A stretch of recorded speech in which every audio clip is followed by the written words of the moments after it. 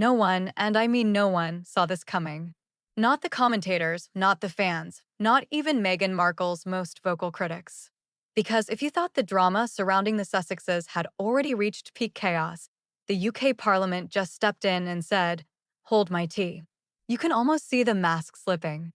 For the last few years, there has been a very careful, expensive PR rebranding of Meghan. The goal was simple: make her non-controversial. She hasn't been slagging off the royals, she hasn't been rehashing old complaints, and since the Oprah interview, she has been relatively quiet. They wanted to rebrand her as this lovely, friendly figure just enjoying the good life in California.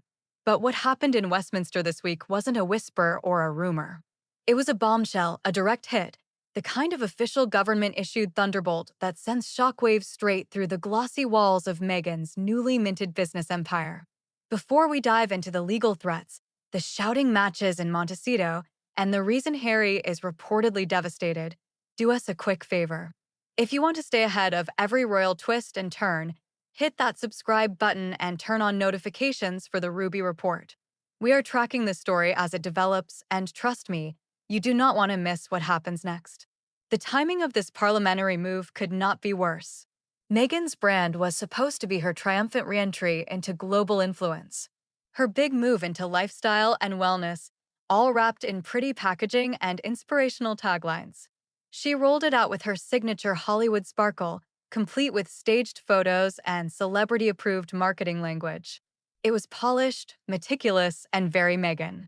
But Westminster just stepped on the launch button, and instead of sending the brand soaring, it detonated underneath it. It all started when a cross-party committee quietly began reviewing the legal framework surrounding businesses run by members of the royal family, or former members who still publicly use their titles. When they reached Meghan's brand, eyebrows reportedly hit the ceiling because her empire wasn't just using her Duchess title, it was practically built on it. In Parliament, that is a massive problem. One senior MP said, off the record of course, that Meghan's branding was tiptoeing on the edge of constitutional exploitation. Another MP didn't bother whispering, calling it a gross misuse of the Duchess identity for commercial gain. And just like that, the debate went public. Within hours, Parliament officially announced a review into whether non-working royals should be allowed to use royal titles to market private businesses. They didn't mention Meghan by name, but they didn't need to. Everyone knew exactly who the spotlight was pointed at. Social media exploded, the tabloids lit up, and even American outlets jumped in. It was like someone dropped a match into a room filled with fireworks. Here is what makes this so dangerous for Meghan. Parliament isn't just talking about guidelines. They are talking about legal restrictions on how a duchess can use her royal styling for profit. In other words, they are coming for her branding, the very thing she built her entire new business identity on. While the review is still in progress, leaks from Westminster insiders paint a stark picture. The committee is deeply uncomfortable with the fusion of royal prestige and commercial ventures. They see it as a blurring of lines that threatens the monarchy's integrity. And the harshest part? They are calling this a priority review. They want action, and they want it soon. Meanwhile, in California, Meghan and her team were reportedly blindsided. A source close to her described the mood inside the mansion as intense and deeply offended. Meghan allegedly feels targeted, unfairly singled out, and according to one insider, sabotaged at a crucial moment. Of course, her supporters rushed to her defense, calling the review petty and an intentional attempt to undermine a successful woman. But critics fired back, with one MP stating during a parliamentary Q&A, "This isn't about Meghan. This is about protecting constitutional integrity." The debate took on a life of its own. By midweek, commentators were openly asking whether Parliament was inching toward broader reforms that could eventually include stripping certain royals of their styling entirely. And that is when the narrative took an even darker turn. Because if the review concludes that Meghan's Duchess styling is incompatible with her business, she may be asked to stop using it commercially, which would land like a meteor. Her brand is woven around the Duchess image. Removing it would require an entire rebrand. Name, marketing, identity, everything. And Meghan knows it. Insiders say she spent the past 48 hours in crisis meetings while her legal team drafts responses. Advisors are reportedly split. Some want to push back aggressively, while others want a diplomatic approach. But Meghan is not backing down. Those close to her say she is furious at the idea that a government she no longer represents still has the power to dictate how she builds her business. And then there is Harry. Sources describe him as conflicted and deeply uncomfortable. You have to remember, Harry understands Parliament. He understands the rules. Even if he no longer lives under them, they were carved into his upbringing. He reportedly warned Meghan months ago that using the Duchess brand commercially would attract scrutiny. He didn't expect this level of scrutiny, but he knew it wouldn't be smooth sailing. Now he is caught in the emotional no man's land he hates most, trapped between loyalty to his wife and loyalty to the institution he left behind. While Meghan gears up for battle, Harry is staring down the possibility that this review could reopen old wounds about duty and identity. This isn't just a parliamentary review. This is Parliament reminding the Sussexes loudly that no matter how far they move, the crown still casts a long shadow. And Meghan's business empire might be standing directly in it. Inside Montecito, the tension was palpable. Meghan reportedly paced the living room late into the night, reviewing news coverage. Every headline, every tweet felt like a personal attack. Her legal team has already begun drafting a potential lawsuit, arguing that the UK Parliament has no right to interfere with a private citizen's commercial enterprise. Meghan's camp is framing it as a case of discrimination and unfair targeting. But the reality outside those California walls is brutal. Legal analysts are unanimous that Meghan has no easy path to victory here. They argue that Parliament is simply reinforcing rules about how royal branding works. In other words, Meghan's high-profile lawsuit could be a PR disaster before it even reaches court.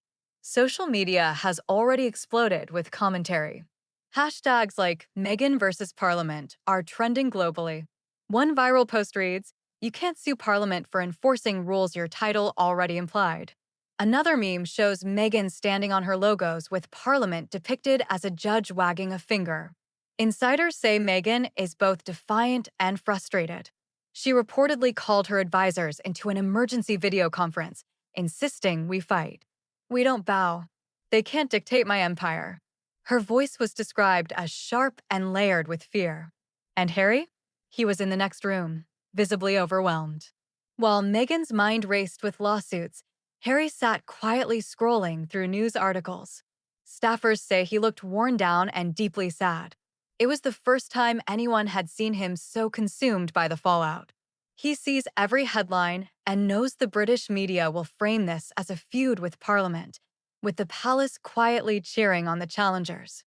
The combination of public scrutiny and political pressure has created a pressure cooker inside Montecito. One staffer described the scene vividly, saying you could feel the tension in the air. Meghan is plotting the next move, while Harry is trying to figure out how to calm everything down. It is like living in a storm that won't pass. Across the Atlantic, London is buzzing. Political commentators are analyzing whether Parliament could actually force Meghan to stop using her title commercially. Some argue this sets a huge precedent for future former royals. Others speculate this is simply a warning shot, a reminder that titles are privileges, not tools for personal profit. The palace remains publicly silent, but insiders whisper that senior aides are quietly thrilled.